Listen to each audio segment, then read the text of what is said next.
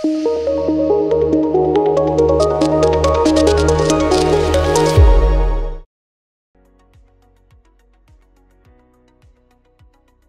అండి, నేను doctor Purnima, working as a fertility specialist at 49 Karimnagar branch.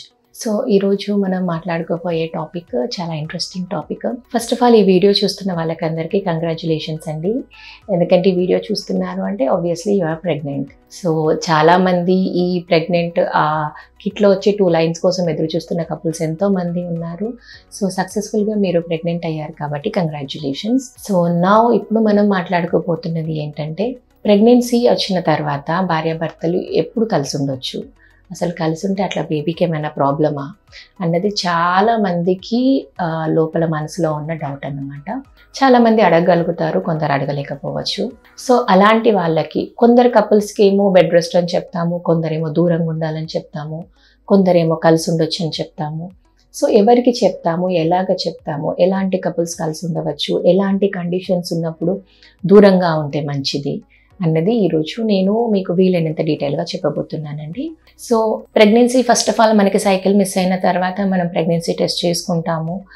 Scan చేసుకున్నారు, మంచిగా బేబీ హార్ట్ బీట్ అది వచ్చేసింది, డాక్టర్ దగ్గర కన్సల్టేషన్ తీసుకున్నారు, ట్యాబ్లెట్స్ తీసేసుకున్నారు. నెక్స్ట్ తీసుకున్న తర్వాత అప్పుడు మీ మైండ్లోకి వచ్చే క్వశ్చన్ అన్నమాట, మరి మేము కలిసి ఉండొచ్చా, కలిసి ఉండరాదా, కలిసి ఉంటే ఎప్పటి వరకు ఉండొచ్చు, దానికి ఏమైనా టైం ఉందా, 4 months వరకా, 5 months వరకా, డెలివరీ వరకా, ఎప్పటి వరకు ఉండొచ్చు, అట్లా కలిసి ఉంటే ఏమైనా ప్రాబ్లమా, బేబీకి ఏమైనా ప్రాబ్లమా, నాకేమైనా ప్రాబ్లమా, అలా కలిసి ఉంటే అబార్షన్స్ అయిపోతాయా, ఇలాంటి డౌట్స్ చాలామందికి వస్తుంటాయి అన్నమాట. సో ఒకటి, ఈ ప్రెగ్నెన్సీలో కలిసి ఉండటం అన్నది ఆల్వేస్ ఫీమేల్ ఫ్యాక్టర్ మీద డిపెండ్ అయి ఉంటుంది అనమాట.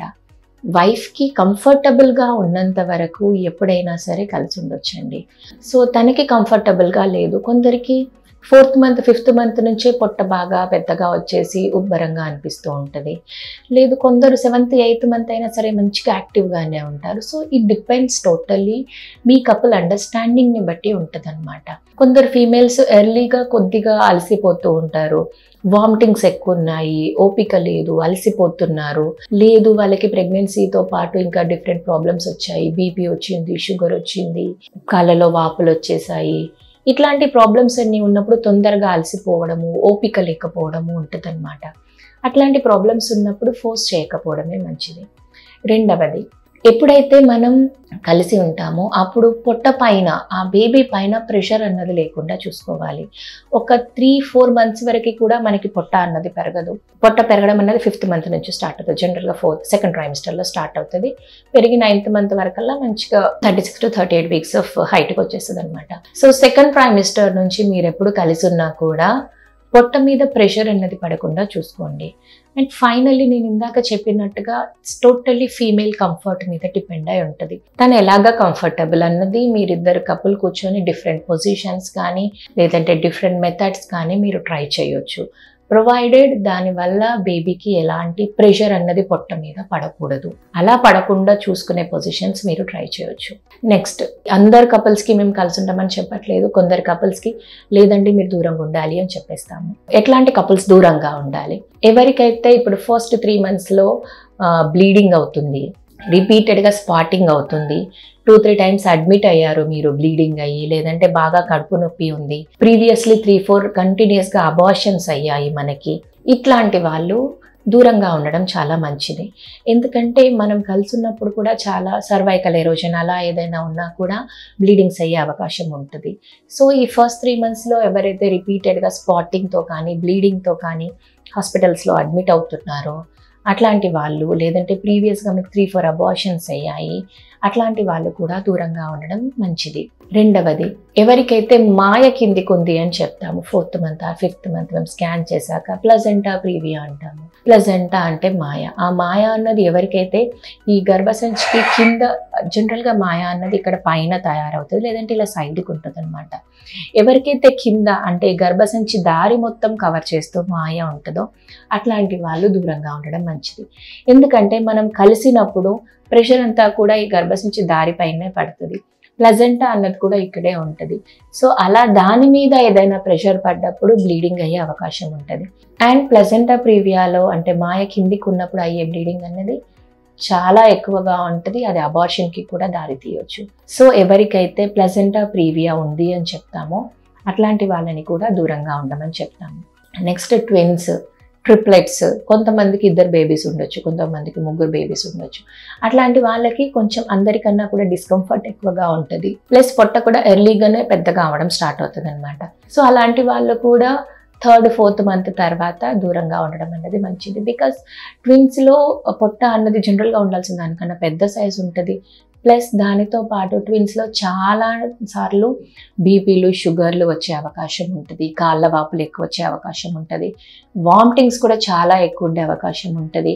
అలానే భార్యకి డిస్కంఫర్ట్ కూడా చాలా ఎక్కువగా ఉంటుంది. ప్లస్ అన్నిటికంటే main point preterm deliveries. 7th or 8th మంత్లో డెలివరీస్ ఉన్నది ట్విన్స్లో, ట్రిప్లెట్స్లో చాలా క్వైట్ కామన్.